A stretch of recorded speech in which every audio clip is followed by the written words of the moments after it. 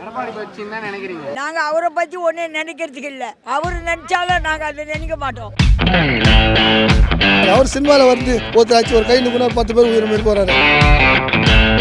1000 ரூபாய் கொடுக்கறதே கஷ்டம்னு சொன்னவர் 2000 ரூபாய் கொடுக்கலான்றாரு. எப்படி கொடுப்பாரு? வேற யாருன்னா வந்தா மோடிக்கு தான் அடிமை ஆயிடுவாங்க. இந்த கட்சி ஆவாது.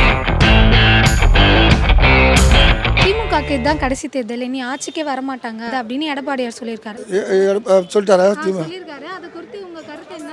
அவர் எடப்பாடி எத்தனை முதலமைச்சராகி எத்தனை வாட்டி கழிச்சாரு? அப்படி அந்த வார்த்தை சொல்லலாம். அம்மா கட்சியில் குதிரை போயிட்டாங்க ஆட்சியை. மக்கள் நாங்கள் தான் தேர்ந்தெடுக்கணும். அவர் சொல்வார், நான் கூட தான் சொல்லலாம் வராதுன்னு. சும்மா சொல்கிறது தான். அங்கே மக்கள் கையில் தான் இருக்குது. நினச்சா மாற்றலாம். எடப்பாடி என்ன அவர் வராரா ஃபஸ்ட்டு தெரிஞ்சு சொல்ல. அவர் எல்லாமே கூட்டணி சேர்த்துனுக்கிறார். இவங்க கூட்டணி இல்லாத இருக்கிறாங்க. அவர் போன தேர்தலில் ஸ்டாலின் சிஎம்மாகவே ஆக மாட்டாருன்னு சொன்னாங்க. சிஎம் ஆனாரா? ஆயிட்டார். அவங்க சொன்னது போயிடுச்சா? இந்த முறையும் அவங்க சொல்கிறது போய்த்து போகும். அதான் பெரிய தள்ளியாச்சா தான் இவர் வெளியே தெரிவார்ல. டிவிக்கு வந்ததுனால இப்போ இவர் கட்சி தெரியாமல் போயிடுச்சு. இப்போ டிஎம்கே அவர் இப்படி சொல்லியதுக்கு அப்புறம் இப்போ இவர் கொஞ்சம் ஃபேம் ஆகிறதுக்கு, இவருக்கு கொஞ்சம் ஓட்டு வர்றதுக்கோசம் அவர் அப்படி சொல்லியிருக்கலாம். மேபி டிவிக்கு வந்ததுனால இப்போ டிஎம்கே டிவிக்கு அப்படிதான்றாங்க தவிர ஏடிஎம்கே யாரு அப்புறமா சீமான் எங்க இருக்கிறாரு எதுவுமே யாருக்கும் கண்டுக்கிறதே இல்லை. இப்போ இவர் இப்படி சொல்லிட்டாருன்னா இப்போ நம்ம கொஞ்சம் பேசப்படுவோம், கொஞ்சம் கருத்து கேட்கப்படும் அப்படின்னு கோசம் அவர் ஒப்பீனியன் அவருக்கு சொல்லியிருக்காரு. நம்மளும் இருக்கிறோம்னு காட்டுறதுக்காக இந்த ஒரு ஒப்பீனியன். மற்றபடி டிஎம்கே வரும், ஏடிஎம்கே வராது. இதுக்கு முன்னாடி நாங்கள் பார்த்தீங்கன்னா நாங்கள் அம்மாவுக்கு தான் ஓட்டு போட்டுருந்தோம். அம்மா இருக்கும்போது ஏடிஎம்கேவும் போட்டுன்னு இருப்போம், டிஎம்கேவும். ஆனால் இப்போ கம்பல்சரி டிஎம்கே தான் போடுறோம். இதுக்கு ரொம்ப 100% ஜெனுவன் காரணம் இதுதான். இவங்களும் ஊழல் பண்ணுறாங்க, அவங்களும் ஊழல் பண்ணுறாங்க, அது விட்டுருங்க, அது யாரும். ஆனால் மக்கள் வந்து ஒருத்தர் அன்பாக இருக்கணும். எல்லா ஜாதி மதம் எல்லாம் சேர்ந்து அது ஏடிஎம்கே வந்தால் இருக்கிறதுக்கு வாய்ப்பு கம்மி. வேறு எதுவுமே காரணம் இல்லை. இதுதான் இப்போ ஸ்ட்ராங்கஸ்ட் கட்சினா திமுக தான். அதிமுக வந்து எப்போ எப்படி மாறுவாங்கன்னே தெரில. ஒரு பேலன்ஸ் இல்லாமல், ஒரு ஸ்டேபிள் இல்லாமல் இருக்கிறாங்க. எல்லாம் வந்து அவங்க மோடி பேச்சை கேட்டுக்கிட்டு தான் ஆட்டம் போடுறாங்க. ஆனால் இவங்க வந்து ஃபுல்லாக வந்து மக்களுங்களுக்கு நல்லா செய்கிறாங்க, நல்லது செய்கிறாங்க. எல்லாம் ஊர் சைடு, இந்த சைடு, அந்த சைடெலாம். தமிழ்நாட்டை பொறுத்த வரைக்கும் டிஎம்கே தான். அவங்க இதில் வந்து ஒரு 20-30 கம்மியானா கூட இவங்க தான் வருவாங்க. ஏன்னு கேட்டால் இங்கே வந்து மதவாத சக்திகளுக்கு இங்கே இடமே கிடையாது. இது மத சார்பற்ற நாடு. தமிழ்நாட்டுக்குள்ளார மதவாதிகள் யாரும் வர முடியாது. அது முஸ்லீம் லீகாக இருக்கட்டும், எந்த மதவாத அமைப்புகளும் தமிழ்நாட்டுக்குள்ளே வர முடியாது. இது அனைவரும் ஒற்றுமையாக இருக்கக்கூடிய நாடு தமிழ்நாடு. இதுக்குள்ளார மதவாதிகள் வந்து போக முடியாது. இவர் நேராக போயிட்டு யாரோட கூட்டணி வச்சுருக்காருன்னு உங்களுக்கு தெரியும். ஸ்டாலின் இனிமேல் வர முடியாதுன்னா எப்படி வரமாட்டார்? அடுத்த முதல்வரும் ஸ்டாலின் தான். வேற கட்சிக்காரங்க வந்து மோடி வந்து இந்த இடத்த பிடிக்கணும்னு பார்த்துனுக்குறாப்பில்ல. வேற யாருன்னா வந்தா மோடிக்கு தான் அடிமை ஆயிடுவாங்க. இந்த கட்சி ஆகாது. அதனால வந்து திமுக தான் வரும். இது இந்த ஆட்சி நல்லா தான் பண்ணிக்கிறாங்க. மீண்டும் அதுவும் தான் வரும். ஏன்னா 4 அணியாக இருக்குதுல்ல, 3 அணி ஆகிடும். 2 அணி தான் போட்டின்னுவாங்க. 2 அணியாக தான் டப்பாக இருக்கும். 4 அணியாக இருக்குது. நிச்சயமாக டிஎம்கே தான் வரும். 3 கட்சி வந்து போட்டி இருக்குது. ஆனால் இவர் வந்து நல்லது தான் செய்கிறாரு. ஸ்டாலின் நல்லது தான் பண்ணுறாரு. சில பேருக்கு கோவப்படுறாங்க. ஆனால் போக போக தெரியும் யார் நல்லவன் யார் கெட்டவன். ஏடிஎம்கேவும் இருக்கட்டும், டிஎம்கேவும் இருக்கட்டும். இந்த என்ஆர்சி, சிஏஏ அதெல்லாம் வரும்போது எடப்பாடி எதுவுமே பண்ணல. அப்போது ஒரு சிஎம்மாக இருந்தார். அப்போது வந்து இங்கெல்லாம் வந்து போராட்டம்லாம் பண்ணாங்க. அவர் வெளி மாநிலத்துலேருந்து டிஐஜி அவங்களெல்லாம் கூப்பிட்டு அவங்கள வந்து லட்டி சார்ஜ் பண்ண வச்சார். அதே அவர் வந்து அப்போது சிஎம் அவர் இறங்கி நான் இருக்கிற வரைக்கும் உங்களுக்கெல்லாம் எதுவுமே இல்லை அப்படின்னு ஒரு ஸ்டேட்மெண்ட் கொடுத்துருந்தான். கண்டிப்பாக அப்போ கூட அவர் ஏடிஎம்கே தான் வந்திருக்கும். 1000 ரூபாய் கொடுக்கறதே கஷ்டம்னு சொன்னவர் இன்றைக்கி 2000 ரூபாய் கொடுக்கலான்றாரு. எப்படி கொடுப்பாரு? லேடிஸ்க்கு டிக்கெட் இல்லாமலே லாஸ்ட்டில் ஓடுதுன்னு சொன்னவங்க, லேடிஸ் ஜென்ஸுக்கும் டிக்கெட் இல்லாமல் நாங்கள் கொடுப்போம்னா அது என்ன இதில் பேசுகிறாரு? ஒரு டிவி பத்திரிகையில் சொன்னார் 1000 ரூபாய் வந்து ஸ்டாலின் கொடுக்கறது வந்து அது சாத்தியம் இல்லை அப்படி இப்படின்னாரு. அப்போ அந்த ரிப்போர்ட்டர் கேட்டாங்க, நீங்கள் எப்படி தருவீங்க? நாங்கள் காசுலாம் கொடுக்க மாட்டோம், அக்கௌண்ட்டில் போட்டுடுவேன்றாரு. அவருக்கு என்ன பேசுகிறாருன்னே தெளிவில்லாமல் பேசுறாரு. ஏதோ நானும் மந்திரி தான், நானும் ஜெயிலுக்கு போறேன்னு சொல்ற மாதிரி நீங்க 1000 ரூபாய் நான் 2000 ரூபாய் தரேன், 3000 ரூபாய் தரேன். ஒரு சாத்தியத்துக்கு சத்தியமான பேச்சு இல்லை.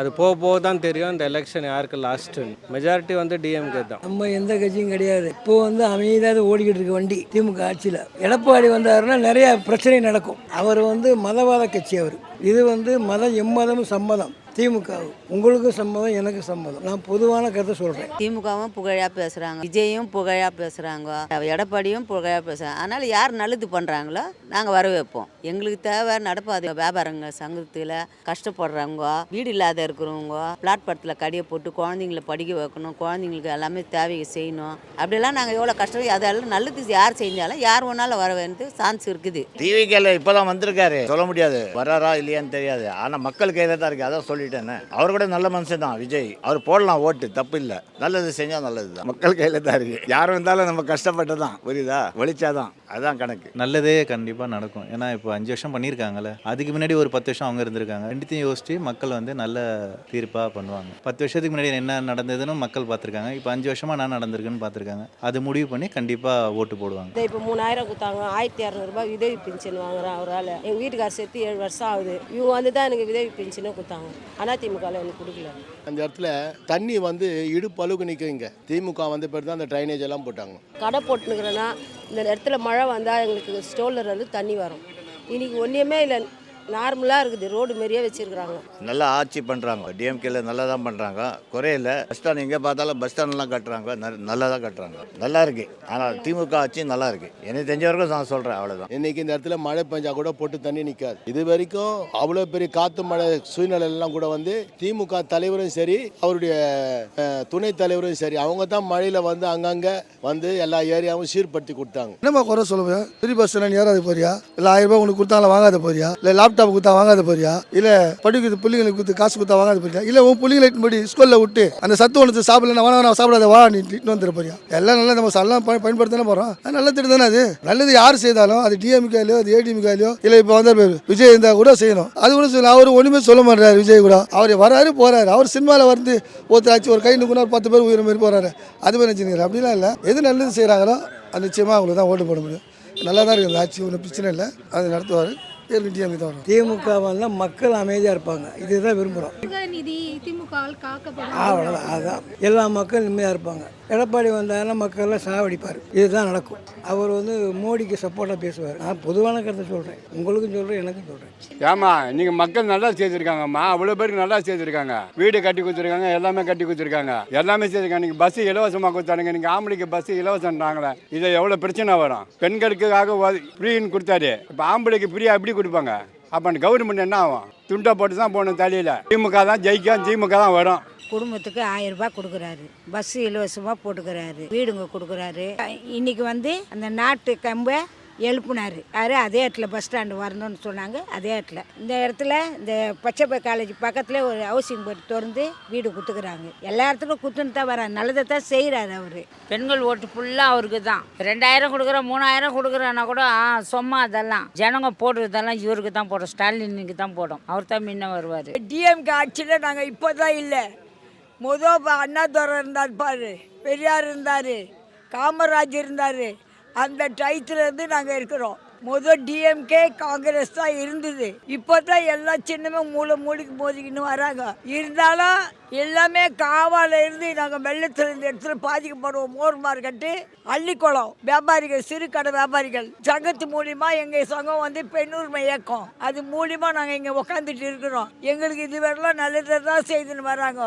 எங்களுக்கு ரேஷன் கார்டும் இந்த இடத்துல தான் கிடைச்சிது, ஓட்டு உரிமையும் இந்த இடத்துல தான் கிடைச்சிது, வீடு வசதியும் இந்த இடத்துல தான் கிடைச்சிது. இன்னும் இன்னெல்லாம் எங்களுக்கு குறைபாடு இருக்குதோ அதை செய்து முடிப்பாங்கன்னு முழு உறுதியோட இந்த பேட்டியை நான் உங்களுக்கு கொடுக்குறேன். நான் வந்து 40 வருஷமாக இந்த கட்சியில் இருக்கிறேன். என் பேர் ரீட்டா. நான் எகுமூர் தொகுதி. நான் வந்து இந்த கட்சிக்கோசம் ரொம்ப உழைப்பேன்.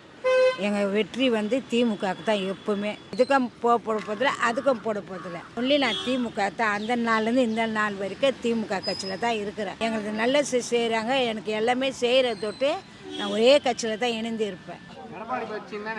நாங்கள் அவரை பற்றி ஒன்றும் நினைக்கிறதுக்கு இல்லை. அவர் நினச்சாலும் நாங்கள் அதை நினைக்க மாட்டோம். ஏன்னா புல் பவர் எங்களோடு இருக்கும்போது, இன்னும் தெய்வமும் எங்களோடு இருக்கும்போது, அப்புறம் எங்களுக்கு மனுஷனுடைய பிரார்த்தனை இன்னத்துக்குப்பா சொல்லுங்க. இப்போ இந்த எலெக்ஷனில் கூட எங்கள் பகுதியில் வந்து நிற்கும் போது எலெக்ஷனில் கூட எங்கள் தெய்வமும் நிற்கும். நல்லா அபூர்வமாக அவங்க 5000 10,000 1 லட்சம் ரீடிங்கில் கூட வருத்தோம். ஒரே ஓட்டில் நாங்கள் கெளிப்போம். 5,01,000 நாங்கள் கெளிப்போம். Winning DMK. திமுக வந்து தோத்துக்கிட்டே இருந்தாங்க தெரியுமா? அப்பவும் அவங்க இதே மாதிரி தான் இருந்தாங்க. இப்போ ஜெயிச்சாங்க பார்த்தீங்களா? இப்பவும் இதே மாதிரி தான் இருக்கிறாங்க. இந்த மக்களுக்காக நல்லது செய்யற ஒரே ஒரு அமைப்பு யாருன்னு சொன்னா திமுக தலைவர் தான். எடப்பாடி 1000 பேசலாம், இவருக்கு அவருக்கு ஆவாத இருக்கலாம். ஆக மொத்தம் எங்களுக்கு வந்து எங்கள் திமுக தான் வெற்றி. அவ்வளோதான். நாங்கள் காலங்காலமாக எங்கள் வீட்டுக்காரர்லேருந்து எங்கள் மாமியார்லேருந்து எங்கள் மாமனாருக்கு எல்லாம் நாங்கள் திமுகவுக்கு தான் ஓட்டு போட்டுக்கிறோம். இப்போவும் இந்த மோர் மார்க்கெட் அள்ளிக்கொளத்தில் எல்லாமே திமுகவுக்கு தான் போடுவாங்க ஜனங்க. ஆனால் ஜனங்க திமுக போகிறோம், அதனால நல்லது செய்வாருன்ற ஒரு நம்பிக்கையில் தான் இருக்கிறோம். திமுக தான் ஆட்சியில் வரும். வேற இவனுங்க வந்து இவனுக்கு வீட்டுக்கு அனுப்ப முடியாது, இவனுக்கு தான் வீட்டுக்கு போவானுங்க. நாங்கள் அந்த மாதிரி சொல்லி ஆள்கிட்டெல்லாம் கூட்டணி சேரல. நாங்கள் எப்பவுமே நல்லா இருப்போம். திமுக தான் மெஜாரிட்டியில் வரும், திமுக தான் ஜெயிக்கும். திமுக அடிக்கிறதுக்கு எந்த கட்சியும் கிடையாது, எல்லாம் பெருமையாக மாற்றடிக்கலாம். ஆனால் வந்து திமுக வந்து தோத்த காலத்துலேயும் அப்படியே தான் இருந்தது, ஜெயிச்ச காலத்துலேயும் அப்படியே தான் இருந்தது, எல்லா காலத்துலேயும் அப்படி தான் இருக்கும்.